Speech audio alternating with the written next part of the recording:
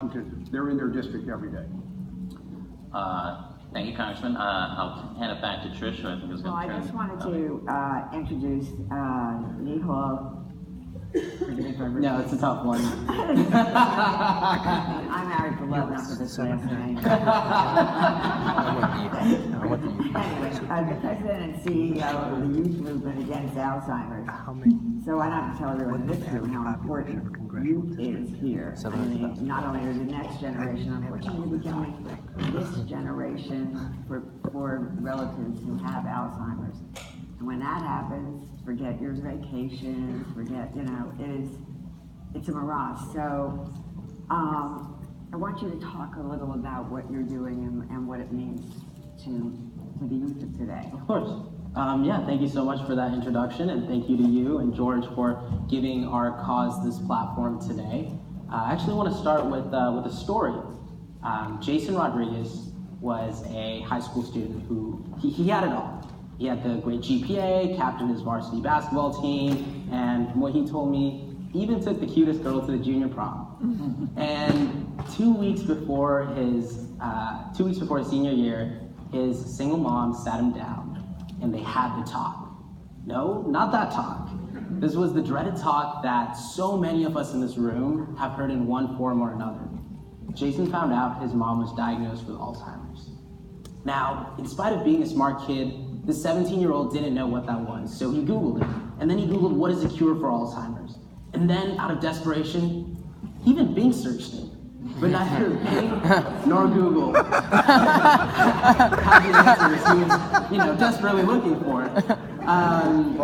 So Jason, he was Ivy League bound, very smart kid, but now he was forced to downsize his dreams and prioritize becoming the caregiver for his mom and the head of his household at just 17. And over the past several months, I've heard too many stories like Jason's. And I'm here today because I believe that shouldn't be the norm. My name is Nihal Satyadev, that is how you pronounce my last name. And I'm the co-founder of the youth movement against Alzheimer's. My involvement with Alzheimer's started in 2011 when I joined my first research lab on Alzheimer's and related diseases. And to this day, I continue to devise experiments. 2 years ago, I joined the public policy team of Alzheimer's Greater Los Angeles, and here, my work really looked at what is the frequency of the disease in Southern California, and I started to realize how widespread it really is. And eager to learn more, I attended a national policy summit in March of 2015, and here I was really looking to connect with other college students who were of a like mind of mine. And I went to their youth forum, and at their youth forum, I realized this youth forum was for people who were under 35. And so, needless to say, I began to realize I was one of the youngest in attendance, and knowing that millions of youth across this nation are both directly and indirectly impacted by this disease, I saw an opportunity to bring them together towards a common cause. So 3 months later, the Youth Movement Against Alzheimer's, or YMA, was born. YMA is based on 3 pillars: caregiving, research, and advocacy. Our caregiving program, Time Out at UCLA, began as we partnered with the UCLA Division of Geriatrics and received a sizable grant from the Eisner Foundation. This program was created in order to make a win-win-win situation for students, seniors with Alzheimer's, and their caregivers.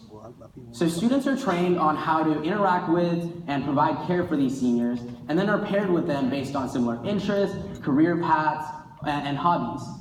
So just imagine your loved one having this opportunity to reconnect with a youthful buddy week after week and refine their own inner passions. So it's no surprise our program has a wait list that is almost 4 times its capacity. And for students, this has provided a novel opportunity for them to have a different perspective on Alzheimer's and aging. And I'm really excited that some have even picked up a minor in gerontology. Since its inception 9 months ago, I'm proud to say Time Out at UCLA has been able to provide over 2,000 hours of caregiver respite and has recently received Generations United Program of Distinction. Thank you.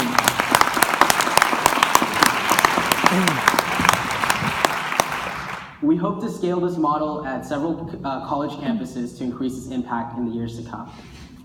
And then there's research. The Alzheimer's Research Scholarship Program funds $1,000 scholarships to undergrads interested in Alzheimer's research. Now, as someone who has done over 1,000 hours of unpaid research, I know even a small financial incentive would entice me to apply for these opportunities. But really, it's not just about the money. It's about creating tangible outcomes. And we have two to be specific.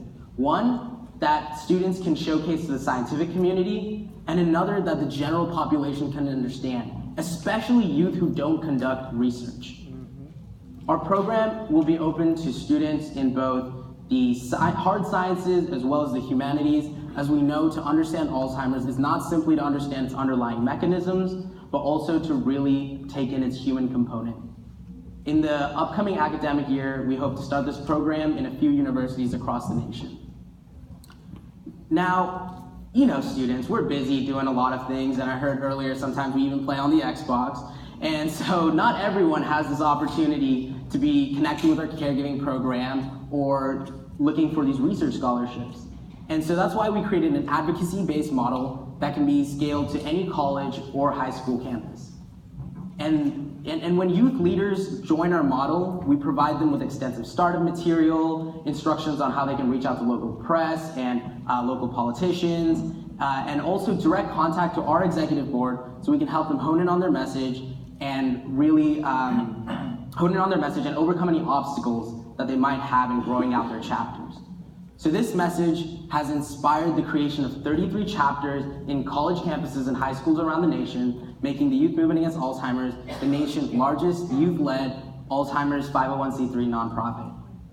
Now, I really started to ponder why this growth has been so rapid, and I've started to realize our demographic has something unique, and that is that so many students that get involved do not have a direct connection to the disease. In fact, at our founding chapter, about 50% of students have no family ties to the cause whatsoever. Students got involved when they were told what the larger implications of Alzheimer's really are. We are worried that, you know, this disease is going to bankrupt Medicare and Medicaid in the next few decades. We are scared that by the time our parents begin to retire, that they might not have the appropriate care or housing that they need if they get this disease. And frankly, we are frustrated that too often funding for disease research becomes political.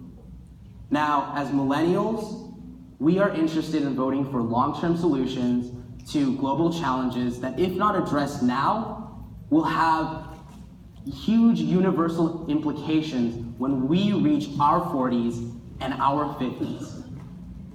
I request all of you today to really reach out to the children in your community, in your family, and start to get them involved in this cause.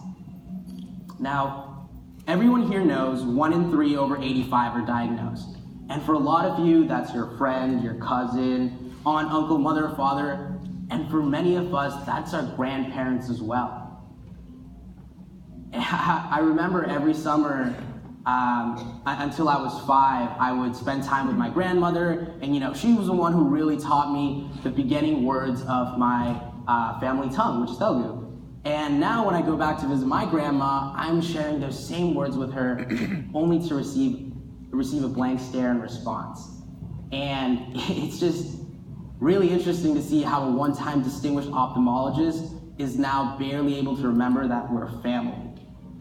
I find some solace in knowing that, you know, she still recognizes my mom, but as you and I both know, that won't be for too long. Since this disease's inception, it has really been the elder generation that has championed this fight, but you shouldn't have to do it alone. Let us work together. You know, start to really reach out to those communities, and we can create, as the Alzheimer's Party, a truly powerful intergenerational force that unites not only the red and the blue, but also the young and the old in a common fight. The perception of Alzheimer's is that it is an old person's disease. This needs to change. In the past 16 months, we have created a foundation from which we can scale further. And by the end of 2017, we will have hundreds of campuses actively engaged in our common fight. I am so grateful to be backed by a team of committed and thoughtful youth who are dedicated to seeing through our efforts. And with your help, we will continue to champion innovative solutions until the millions of youth, like Jason and like myself, can look at Alzheimer's as a thing of the past and be the first generation to not be affected. Together, let's create a future worth remembering. Thank you.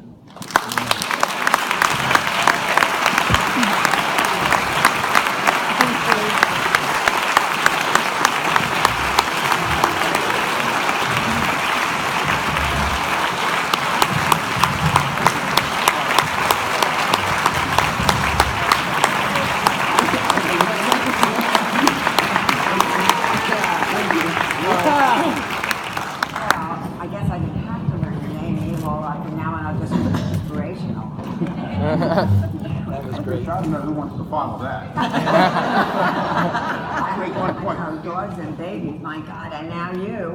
Who wants to follow you?